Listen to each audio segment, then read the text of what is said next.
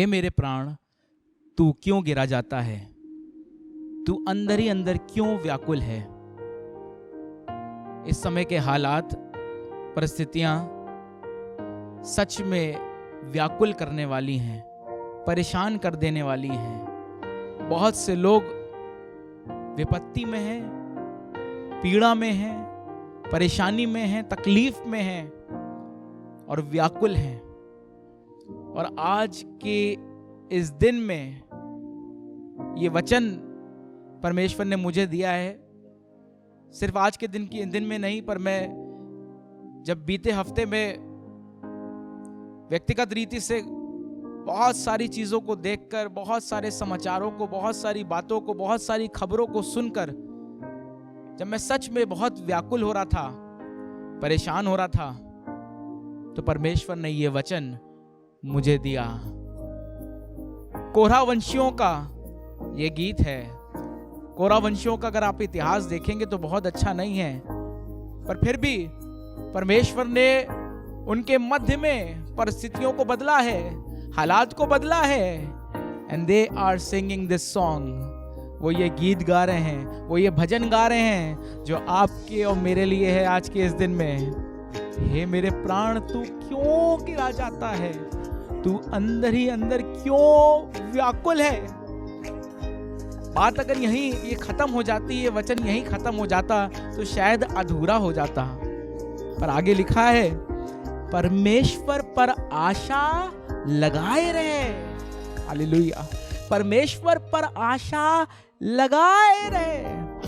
और आज के इस दिन में परमेश्वर ने ये आशा का वचन, जैसा मैंने कहा, नॉट जस्ट टुडे, सिर्फ आज के दिन में नहीं, पर बीते हफ्ते में परमेश्वर ने ये आशा का वचन मुझे दिया है। और मैं विश्वास करता हूं ये आशा का वचन हम में से प्रत्येक के लिए, जब निराशा हमको घेरे हुई है हर तरफ से, बहुत से हमारे प्रियजन जो हमारे साथ जुड़े हुए हैं, बहुत से ऐसे लोग जो शायद हमारे बहुत निकट नहीं पर हम उनको जानते हैं, वो आज बीमारी में हैं, आज मुसीबत में हैं। उनके पास शायद एक बेड तक उनको शायद नसीब नहीं हो रहा है, वेंटिलेटर की आवश्यकता है, शायद वेंटिलेटर उनको आसानी से प्राप्त नहीं हो रहा है। आज के इस दिन में ये आशा का वचन है आपके और मेरे लिए, जो ये कहता है, हे मेरे प्राण तू क्यों गिरा जाता है, तू अंदर ही अंदर क्यों व्याकुल है। परमेश्वर पर भरोसा रख, अपने ईमान को, अपनी आशा को परमेश्वर पर लगाए रहे। 5वें पद में अगर आप पढ़ेंगे तो लिखा है परमेश्वर पर आशा लगाए रहे, क्योंकि मैं उसके दर्शन से उद्धार पाकर फिर उसका धन्यवाद करूंगा। और उसके बाद 11वें पद में वो वही बात कहता है, और उसके बाद उस बात में उसने एक बात और जोड़ दी और कहने लगा परमेश्वर पर भरोसा रख, उस पर आशा लगाए रहे, उस पर भरोसा रख। और आज कैसी भी परिस्थिति से आप और मैं घिरे हों, अपनी आशा को अपने जीवते प्रभु यीशु मसीह पर लगाइए, अपने भरोसे को अपने जीवते प्रभु यीशु मसीह पर लगाइए। 43rd चैप्टर में और उसके 5वें पद में फिर यही वचन, यही गीत, हे मेरे प्राण तू क्यों गिरा जाता है, तू अंदर ही अंदर क्यों व्याकुल है, परमेश्वर पर भरोसा रख। और लिखा है क्योंकि वह मेरे मुख की चमक और मेरा परमेश्वर है, मैं फिर उसका धन्यवाद करूंगा। आज के इस दिन में हम धन्यवाद करने के लिए जमा हुए हैं, क्योंकि परमेश्वर ने अपने फजल को आप पर और मुझ पर किया है कि हमारे पास शायद आज वो तकलीफ नहीं है, वो परेशानी नहीं है, पर जब हम उस परेशानी में से होकर नहीं गुजर रहे हैं, पर हमारे शायद चारों तरफ परेशानी है, चारों तरफ बीमारी है, क्यों ना आप और मैं आज घुटनों पे आकर नम्रता और दीनता के साथ अपने सर को झुकाकर, परमेश्वर ने बड़ा फजल हम पर किया है, दुआ करें प्रभु यही फजल हम प्रत्येक पर चाहते हैं। प्रभु यीशु मसीह, हमारी कलीसिया के बहुत से लोग, बहुत से पासबान इस वक्त इस बीमारी में हैं, और मैं आपको सच बता रहा हूं, इस बीते हफ्ते में कई बार बहुत ज़्यादा निराशा सी महसूस हुई। मैं खुद बीते दिनों में बीमार रहा, उसके बाद मेरी पत्नी बीमार हो गई, और ये सब बातें बहुत ज़्यादा एक नेगेटिव इम्पैक्ट मुझ पर कर रही थी। पर थर्सडे के दिन परमेश्वर ने जब ये वचन मुझे दिया, मैं आपको सच बता रहा हूँ, एक नया हियाव, एक नया बल, एक नई कुव्वत आ गई है। आज मैं ये विश्वास कर रहा हूँ कि ये वचन हम में से प्रत्येक के हृदय में, जैसे मेरे हृदय में काम किया है, आपके हृदय में भी काम करेगा। आइए मिलकर इसी बात को गीत के माध्यम से, आराधना के माध्यम से अपने परमेश्वर के सम्मुख रखें और विश्वास जानें कि वो हमारा साथी है, वो हमारा प्रेमी है, वो ही सर्वशक्तिमान परमेश्वर है, और ऐसा कुछ भी नहीं जो उसकी सामर्थ्य के बाहर हो। आज उसको पुकारें और कहें, प्रभु आपकी दया चाहिए, प्रभु आपका अनुग्रह चाहिए प्रभु। आइए मिलकर परमेश्वर की आराधना करें, परमेश्वर की इबादत करें। ऐ मेरे मन, तू क्यों है उदास? तू क्यों गिरा जाता है? तू अंदर ही अंदर क्यों व्याकुल है? हाँ, मैं अपनी आशा को अपने परमेश्वर पर लगाऊंगा, मैं अपने भरोसे को अपने परमेश्वर पर रखूंगा, क्योंकि वो मेरा प्रेमी है, वो मेरा साथी है, और वो ही सर्वशक्तिमान परमेश्वर है।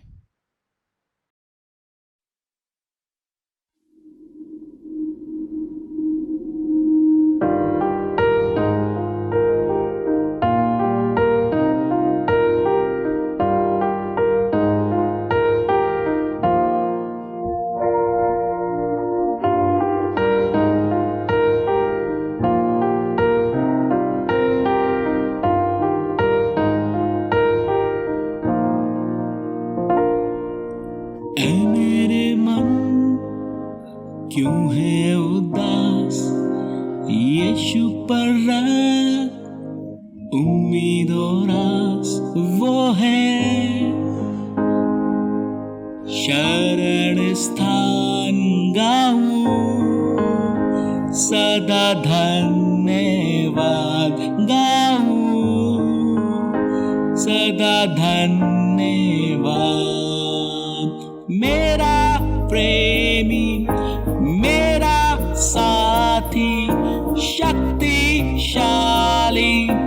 मेरा प्रभु मेरा प्रेमी मेरा साथी शक्तिशाली मेरा प्रभु। तू है मेरा प्रेमी मेरा साथी शक्तिशाली मेरा प्रभु। तू है मेरा प्रेमी मेरा साथी शक्तिशाली मेरा प्रभु। ऐ मेरे मन क्यों है निराश यीशु पर तू कर भरोसा वही आएगा तुझे वो ले जाएगा तुझे वो ले जाएगा। मेरा प्रेमी मेरा साथी शक्तिशाली मेरा प्रभु। वो है मेरा प्रेमी मेरा साथी शक्तिशाली मेरा प्रभु। तू है मेरा प्रेमी मेरा साथी शक्तिशाली मेरा प्रभु। तू है मेरा प्रेमी मेरा साथी शक्तिशाली मेरा प्रभु।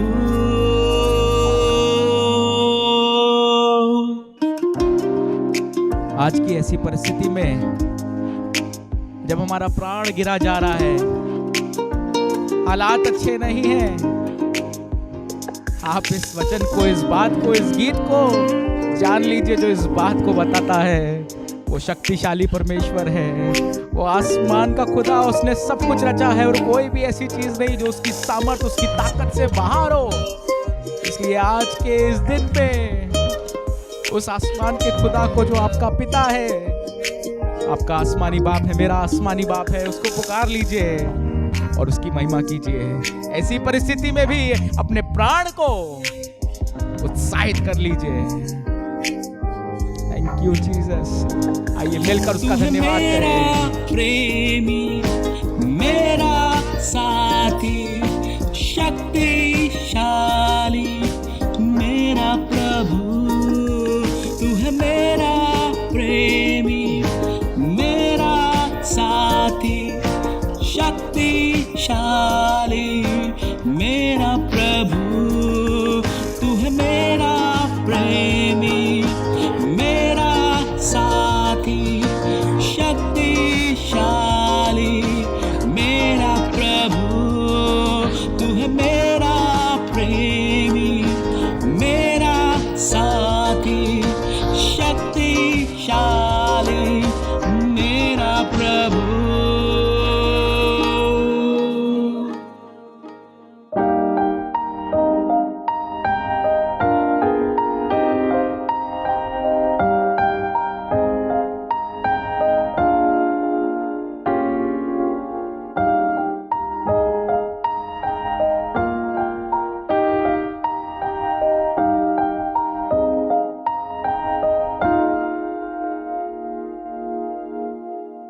हाँ प्रभु, आप प्रेमी परमेश्वर हैं प्रभु, आप हमसे प्यार करने वाले बाप हैं प्रभु।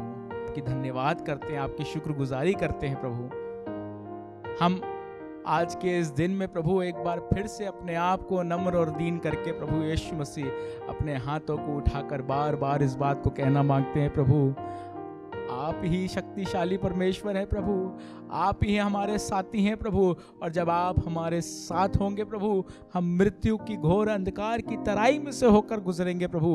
पर हमें मालूम है प्रभु, हमारी हानि ना होने वाली होगी प्रभु, हम उस हानि से बचने वाले होंगे, क्योंकि आप हमारे चरवाहे होंगे प्रभु। आज के इस दिन में प्रभु, जब हम आपकी आराधना कर रहे हैं प्रभु, अपने घरों में मौजूद होकर प्रभु, अपने परिवारों के साथ प्रभु यीशु मसीह, हम दुआ करना मांगते हैं प्रभु यीशु मसीह। अगर हम में से किसी का भी प्राण प्रभु गिरा जा रहा है, निराशा में प्रभु यीशु मसीह जा रहा है प्रभु, आज के इस दिन में प्रभु एक जीवित आशा प्रभु यीशु मसीह जो आप हैं प्रभु, उसके हृदय में वास करने वाली हो प्रभु, मेरे हृदय में वास करने वाली हो, हम सबके हृदय में वास करने वाली हो प्रभु।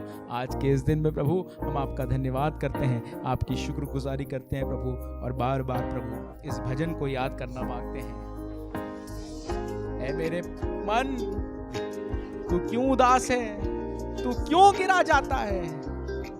आप प्रभु, हमारा मन गिरा जरूर जाता है, पर हम अपने मन को एक बार फिर से उत्साहित करके प्रभु आपके समीप लाते हैं, आपके सम्मुख लाते हैं, क्योंकि हमें ये विश्वास है कि आज के इस दिन में प्रभु आप इसमें एक नई जान फूंक देंगे। इस पूरी आराधना को प्रभु हम आपके हाथों में समर्पित करते हैं, शुक्रगुजारी धन्यवाद करते हुए इस प्रार्थना को आपके मधुर मीठे सामर्थी नाम में होकर मांग लेते हैं, आमीन। Praise the Lord. एक बार फिर से आज के इस दिन में मैं assembly of believers church civil lines Kanpur की इस ऑनलाइन वर्शिप सर्विस में आपका स्वागत करता हूं। एक बार फिर से आप और हम मिलकर आराधना इबादत करने के लिए मौजूद हैं, अपने घरों में, अपने परिवारों के साथ मिलकर।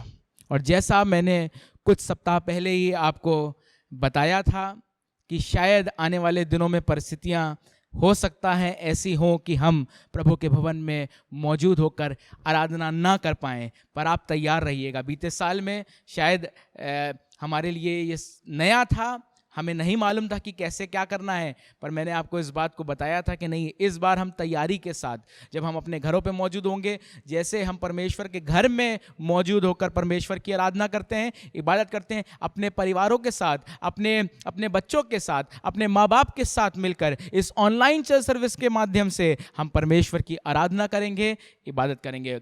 और आज के इस दिन में हम एक बार फिर से मौजूद हैं कुछ इसी प्रकार से।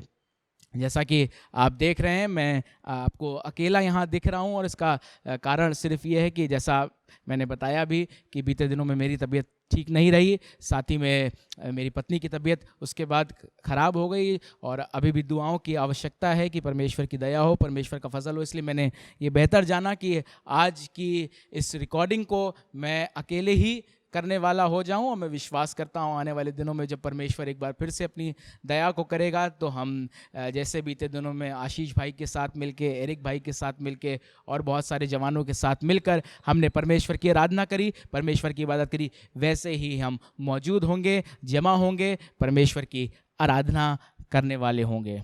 इससे पहले कि हम वचन के हिस्से में आज की इस सुबह में चलें, परमेश्वर के कलाम को हम मनन करें, परमेश्वर के कलाम की तरफ अपनी दृष्टि को लगाएं। हम एक वीडियो के माध्यम से, जैसा मैंने आज आपको बताया, आज का ये दिन मैं चाह रहा हूं कि हम निराशा की, जब बातें बहुत सारी निराशा की आपको और मुझको घेरे हुई हैं, पर निराशा की बातों के पार जाके जीवित आशा जो यीशु मसीह, उसको थामने वाले हों, उसको पकड़ने वाले हों, उसको ग्रहण करने वाले हो जाएं। इसलिए एक वीडियो मैंने निकाला है जिसको देखकर मुझे बड़ी आशीष मिली। इसलिए इससे पहले कि हम वचन के हिस्से में आगे जाएं, इस वीडियो को देखेंगे और उसके बाद वचन के हिस्से में आगे चलेंगे। रात का समय था, चारों तरफ सन्नाटा पसरा हुआ था। नजदीक ही एक कमरे में 4 मोमबत्तियां जल रही थीं। एकांत पाकर अब वे एक दूसरे से दिल की बात कर रही थीं। पहली मोमबत्ती बोली, मैं शांति हूं, पर मुझे लगता है कि अब इस दुनिया को मेरी जरूरत नहीं है। हर तरफ आपाधापी और लूटमार मची हुई है। मैं यहां अब और नहीं रह सकती। और ऐसा कहते हुए कुछ देर में वो मोमबत्ती बुझ गई। दूसरी मोमबत्ती बोली, मैं विश्वास हूं, और मुझे लगता है कि झूठ और फरेब के बीच मेरी भी यहां कोई जरूरत नहीं है। मैं भी यहां से जा रही हूं। और दूसरी मोमबत्ती भी ये कहते हुए बुझ जाती है। तीसरी मोमबत्ती 2 मोमबत्तियों के बुझने के बाद दुखी हो जाती है और बोलती है, मैं प्रेम हूं, मेरे पास जलते रहने की ताकत है, पर आज हर कोई इतना व्यस्त है कि मेरे लिए किसी के पास वक्त ही नहीं। दूसरों से तो दूर, लोग अपनों से भी प्रेम करना भूलते जा रहे हैं। मैं ये सब अब और नहीं सह सकती। मैं भी इस दुनिया से जा रही हूं। और ऐसा कहते हुए तीसरी मोमबत्ती भी अपनी लौ को बुझा लेती है। वो अभी बुझी ही थी कि एक मासूम बच्चा उस कमरे में दाखिल होता है और 4 में से 3 मोमबत्तियों को बुझा पाता है। मोमबत्तियों को बुझे देख वो घबरा जाता है और वो रुआंसा होते हुए कहता है, अरे तुम मोमबत्तियां जल क्यों नहीं रही? तुम्हें तो अंत तक जलना है। तुम इस तरह बीच में हमें कैसे छोड़ के जा सकती हो? तभी चौथी मोमबत्ती बोली, प्यारे बच्चे घबराओ नहीं, मैं हूं ना अभी। मैं आशा हूं और जब तक मैं जल रही हूं हम मिलकर बाकी मोमबत्तियों को फिर से जला सकते हैं। ये सुनकर बच्चे की आंखें चमक उठती हैं और वो बच्चा आशा के बल पर शांति, विश्वास और प्रेम को फिर से प्रकाशित कर देता है और चारों मोमबत्तियां फिर से प्रकाशित हो जाती हैं। दोस्तों, सब कुछ बुरा होते दिखे, चारों तरफ अंधकार ही अंधकार नजर आए, अपने भी पराये लगने लगे, तो भी उम्मीद मत छोड़िए, आशा मत छोड़िए, क्योंकि इसमें इतनी शक्ति है कि ये हर खोई हुई चीज आपको वापस दिला सकती है। हालेलुया। आशा की किरण, आशा की ज्योति बुझने मत दीजिएगा। विश्वास शायद इन दिनों में थोड़ा सा कमजोर पड़ने लगे। प्रेम की बातें जो हम बहुत दिनों से सुन रहे हैं, जान रहे हैं, शायद कहीं ना कहीं फीकी पड़ने लगे। शायद बहुत हाहाकार और बहुत तबाही जब मची हुई है, शांति इत्मीनान हमारे दिल से दूर हो रहा हो।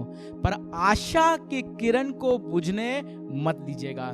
इस वीडियो का संदेश यही था, क्योंकि जब आशा की किरण जलती रहेगी, आशा की ज्योति जलती रहेगी, तो बाकी ज्योतियां भी अपने आप जल जाएंगी। और जैसा मैंने आपको बताया कि हम भजन संहिता 42 और 43, साम्स चैप्टर 42 और साम्स चैप्टर 43, इन 2 भजनों पर विशेषकर मनन कर रहे हैं। और इनकी 3 आयतों को मैंने आज की सुबह आपके साथ बांटने के लिए, अपनी आशीष और आपकी आशीष के लिए रखा है। जैसा मैंने आपको बताया, बीते दिनों में बहुत ज़्यादा निराशा की बातें घेरे हुई थी, पर इस वचन ने मुझे बड़ा हियाव दिया। और आज मैं यही प्रयास कर रहा हूँ कि आपके साथ मिलकर इस कलाम को बांट सकूँ, ताकि आप और मैं एक नए जोश के साथ प्रभु में होकर बढ़ने वाले हों और हम निराशा की बातों को हटाकर आशा की तरफ अपनी आंखों को लगाने वाले हो जाएं। तो 42वां अध्याय उसका 5वां पद है, जो ये इस पर कह रहा है, हे मेरे प्राण तू क्यों गिरा जाता है, तू अंदर ही अंदर क्यों व्याकुल है, परमेश्वर पर आशा लगाए रहे। और ये बात मुझे इतनी अच्छी लगती है। ये इस तरीके से बता रहा है कि हाँ, परिस्थिति खराब है, हालात खराब हैं, प्राण गिरा जा रहा है, O my soul why are you downcast. पर उसके बाद वो कह रहा है, एक काम करो कि अपनी आशा को अपने परमेश्वर पर लगाए रखो। ये बिल्कुल उसी प्रकार से कहने का मतलब है कि अपनी दृष्टि को, अपनी निगाहों को, अपनी नजरों को यीशु मसीह पर लगाए रखो। और ये लगाए रखना आपके और मेरे लिए बड़ा आवश्यक है कि हम अपनी निगाहों को लगाए रखें। बहुत सारी जगहों पर इधर उधर हमारी निगाहें जा रही होंगी, हमारी आंखें जा रही होंगी और आशा निराशा में तब्दील हो रही होगी, पर अपनी आंखों को, अपनी आशा को सिर्फ और सिर्फ जीवते प्रभु यीशु मसीह पर लगाए रखिए, लगाए रखिए। और जब इसी बात को वो 11वें पद में कह रहा है, तो और बड़ी खूबसूरती से कहने लगा, हे मेरे प्राण तू क्यों गिरा जाता है, तू अंदर ही अंदर क्यों व्याकुल है, परमेश्वर पर भरोसा रख, क्योंकि वो मेरे मुख की चमक और मेरा परमेश्वर है, और मैं फिर उसका धन्यवाद करूंगा। आशा उस पर लगाए रखिए और उसके बाद अपने भरोसे को, अपने विश्वास को, अपने ईमान को डगमगाने मत दीजिए। ये आपके और मेरे हाथ में। हाँ, मैं जानता हूं कि परिस्थितियां अच्छी नहीं हैं और ईमान शायद थोड़ा सा कमजोर पड़ने लगता है, विश्वास थोड़ा सा कमजोर करने लगता है, पर एक काम करने की आवश्यकता है कि अपनी आशा यीशु मसीह पर लगाए रखने की जरूरत है, क्योंकि वही आपके और मेरे मुख की चमक है, वही आपका और मेरा परमेश्वर है। और जब हम ऐसा करेंगे तो हमारे पास मौका होगा कि हम उसका धन्यवाद कर सकें। रोमियो की पत्री उसका 5वां अध्याय और उसके 3 और 4 पद में पौलुस रोम की कलीसिया को लिखकर कुछ इस प्रकार से कहने लगा, सुनिएगा। केवल यही नहीं, वरन हम क्लेशों में भी घमंड करें। अब सोच कर देखिए कि क्लेश, परेशानी, मुसीबत, इसमें कौन घमंड कर सकता है। पर यहां पौलुस रोम की कलीसिया को कह रहा है, और ये घमंड करने का मतलब एक्चुअली में एग्जैक्टली घमंड नहीं, पर ये बताना एक बात मांग रहा है कि अपने क्लेशों में यह काम करो कि तुम उसमें भी अपने आप को संतुष्ट रहना या अपने ईमान को, अपने विश्वास को बनाए रखो।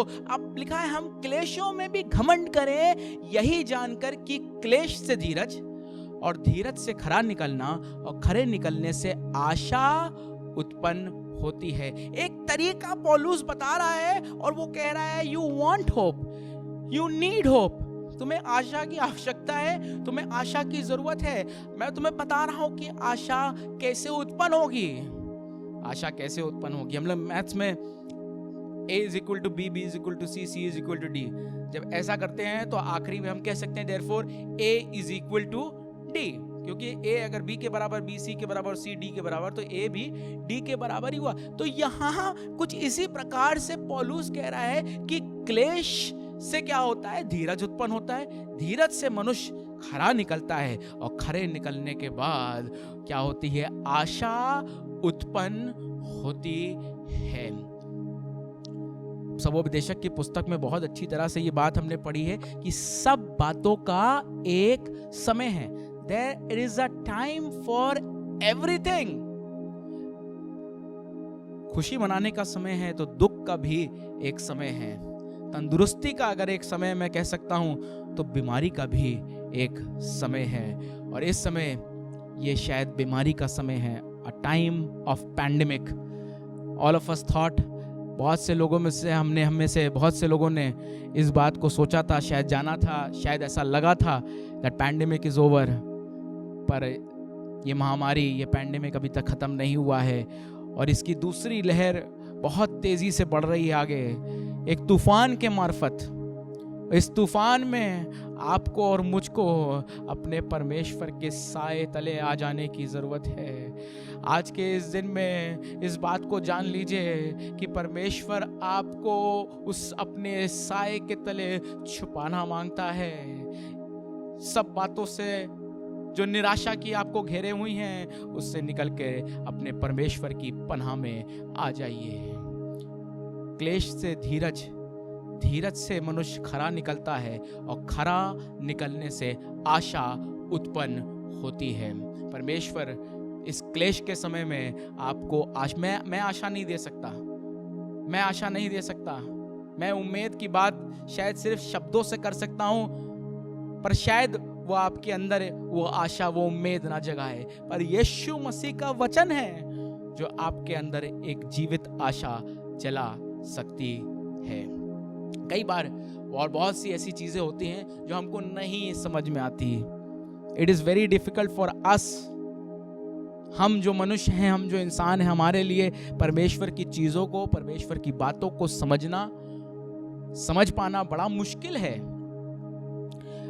पौलुस भी एक ऐसी प्रार्थना कर रहा है, 2 कुरिन्थियों 12वां अध्याय और उसके 8वें और 9वें पद में ये बात आपको मिलेगी। 8वें पद में कह रहा है, इसके विषय में मैंने प्रभु से 3 बार विनती की कि मुझसे ये दूर हो जाए।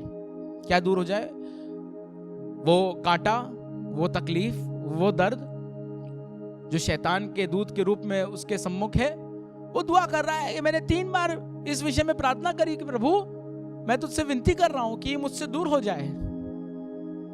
पर आप जानते हैं 9वें पद में लिखा है, और उसने मुझसे कहा, मेरा अनुग्रह तेरे लिए बहुत है, क्योंकि मेरी सामर्थ निर्बलता में सिद्ध होती है।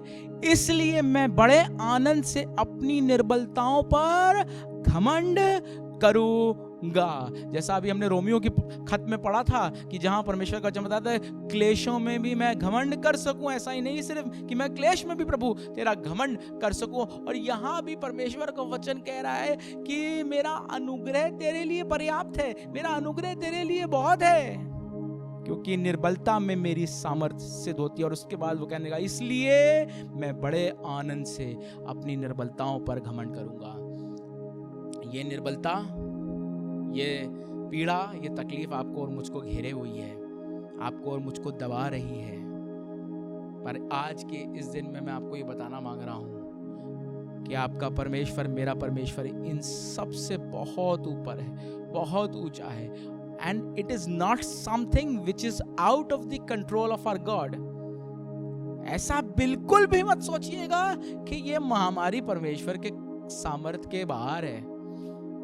हम समझ नहीं सकते। There are lot of things, हम, आप और मैं मनुष्य हैं, इंसान है, शायद हम उसके काम करने का तरीका नहीं समझ सकते। पौलुस जब ये प्रार्थना कर रहा होगा कि प्रभु ये शैतान का दूत मुझसे दूर हो जाए, ये कांटा मुझसे दूर हो जाए, तो एक्सपेक्ट क्या कर रहा होगा? एक्सपेक्ट तो यही कर रहा होगा कि ऐसा हो जाए। पर आवाज कुछ और आई है। आवाज ये आई है कि नहीं है, मेरी सामर्थ मेरा अनुग्रह तेरे लिए बहुत है, मेरी सामर्थ्य तो तुम्हारी निर्बलता में सिद्ध होती है। और क्योंकि निर्बलता में मैं प्रभु आपकी सामर्थ्य देख पाता हूं, इसलिए पौलुस इस बात को कह पा रहा है कि मैं अपनी निर्बलताओं पर घमंड करूंगा।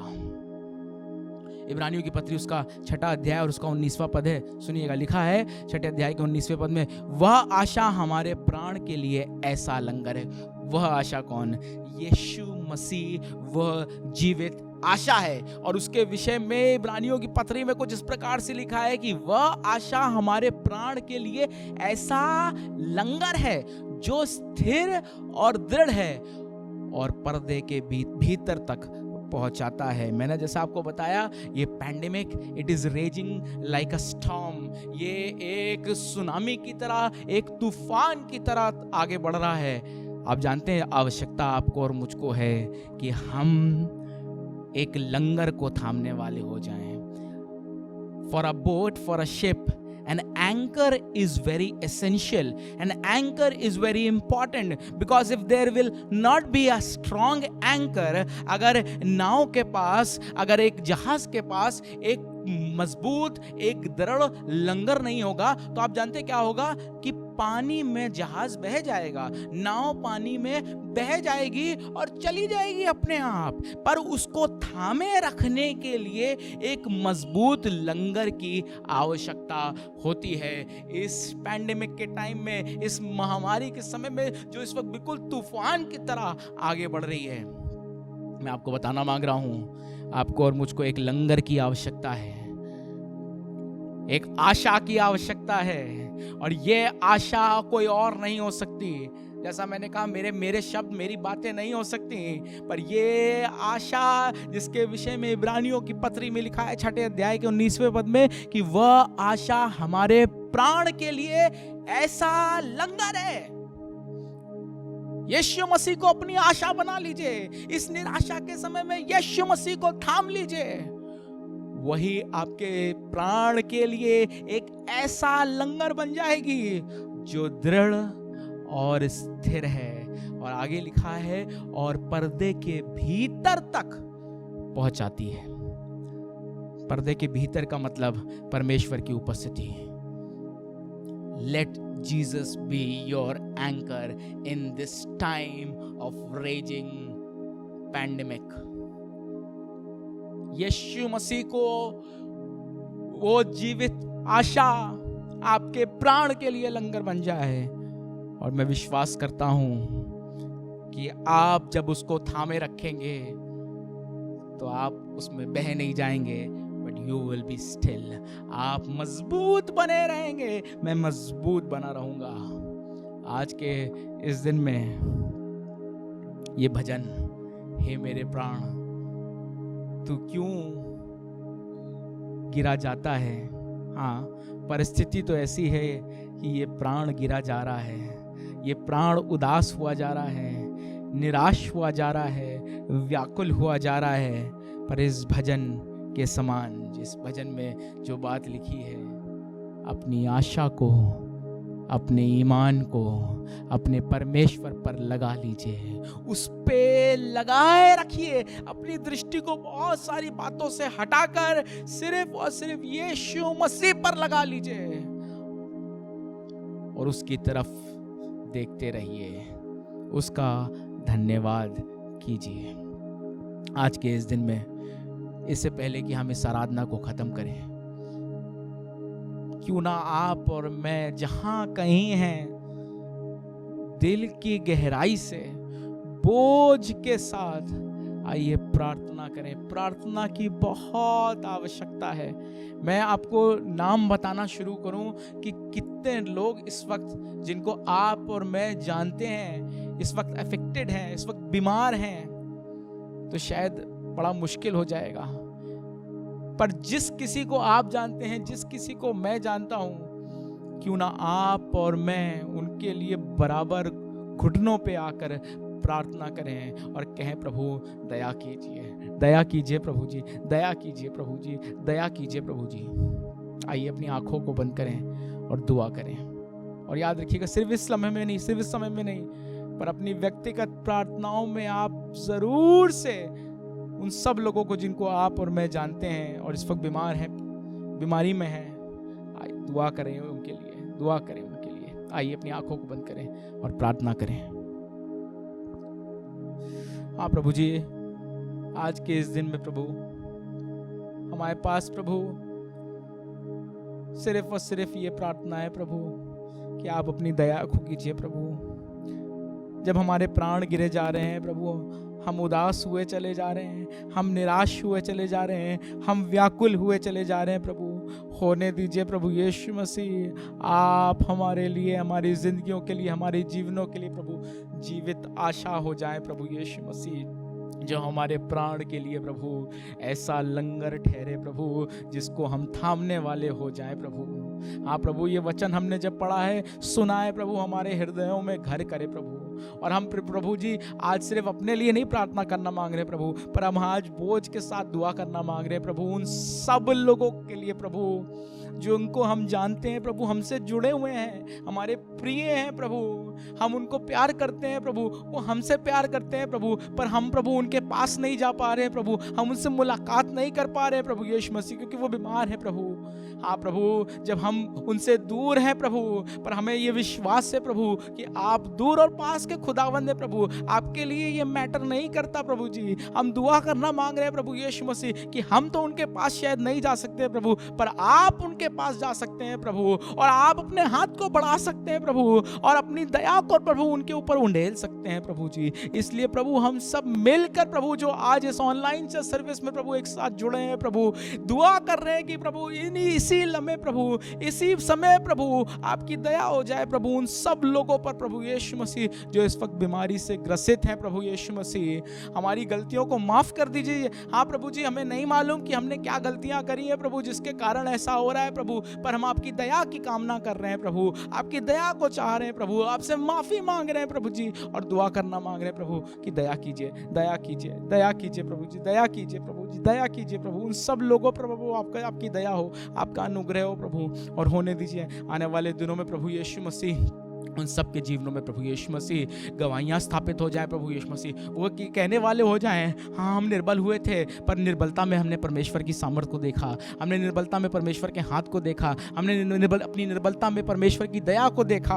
हाँ प्रभु जी, हम दुआ करते हैं, हम दुआ करते हैं प्रभु यीशु मसीह, नाम बनाम प्रभु सब पर आपका अनुग्रह हो प्रभु यीशु मसीह। हम जितने लोग प्रभु अपने घरों में इस वक्त हैं प्रभु यीशु मसीह, हम दुआ करते प्रभु आपके लहू की सामर्थ प्रभु, आपके लहू का बाड़ा हम पर भी होने वाला हो प्रभु यीशु मसीह। जब हम अपने घर से बाहर निकलते हैं प्रभु यीशु मसीह, हम दुआ करते हैं प्रभु यीशु मसीह आपके फरिश्तों का बाड़ा हमारे चारों ओर हो प्रभु यीशु मसीह, ताकि बीमारी तकलीफ हमको घेरने वाली ना हो प्रभु, हमारे बच्चों पर प्रभु, हमारे माँ बाप पर प्रभु, हमारे घर के बुजुर्गों पर प्रभु आपकी दया होने वाली हो प्रभु यीशु मसीह। सबको नाम बनाम प्रभु आपके हाथों में समर्पित करना मांगते हैं प्रभु यीशु मसीह। एक बार फिर से प्रभु आज शुक्रगुजारी करना मांगते हैं प्रभु कि आपके भवन तो नहीं जा पा रहे हैं प्रभु यीशु मसीह, आपके भवन तो नहीं जा सकते हैं प्रभु यीशु मसीह, पर अपने घरों को प्रभु यीशु मसीह हमने एक बार फिर से खोल दिया है प्रभु यीशु मसीह, अपने हृदयों को फिर से एक बार खोल दिया प्रभु यीशु मसीह कि आपकी आराधना, आपकी इबादत प्रभु यीशु मसीह हम अपने घरों में रहकर करने वाले हो प्रभु यीशु मसीह। इसलिए प्रभु हम दुआ करते हैं कि आपका फजल, आपका अनुग्रह हमारे ऊपर होने वाला हो प्रभु यीशु मसीह। आज के इस दिन में एक बार फिर से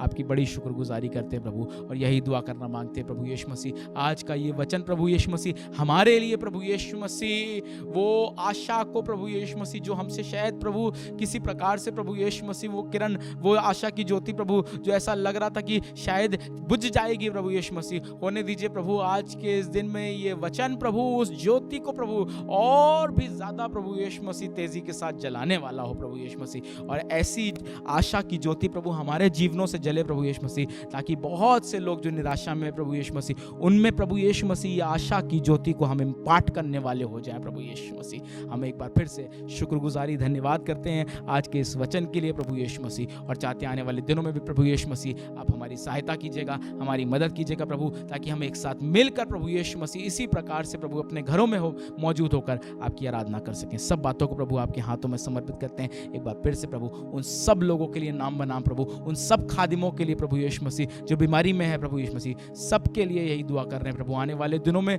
सबके जीवनों में प्रभु गवाहियां हो प्रभु यीशु मसीह, और वो बार बार इस बात को कह सकें हम निर्बल हुए पर हमने निर्बलता में अपने परमेश्वर की सामर्थ को, अपने परमेश्वर के हाथ को देखा। शुक्रगुजारी धन्यवाद करते हुए इस प्रार्थना को आपके मधुर मीठे सामर्थ्य नाम में होकर मांग लेते हैं, आमीन।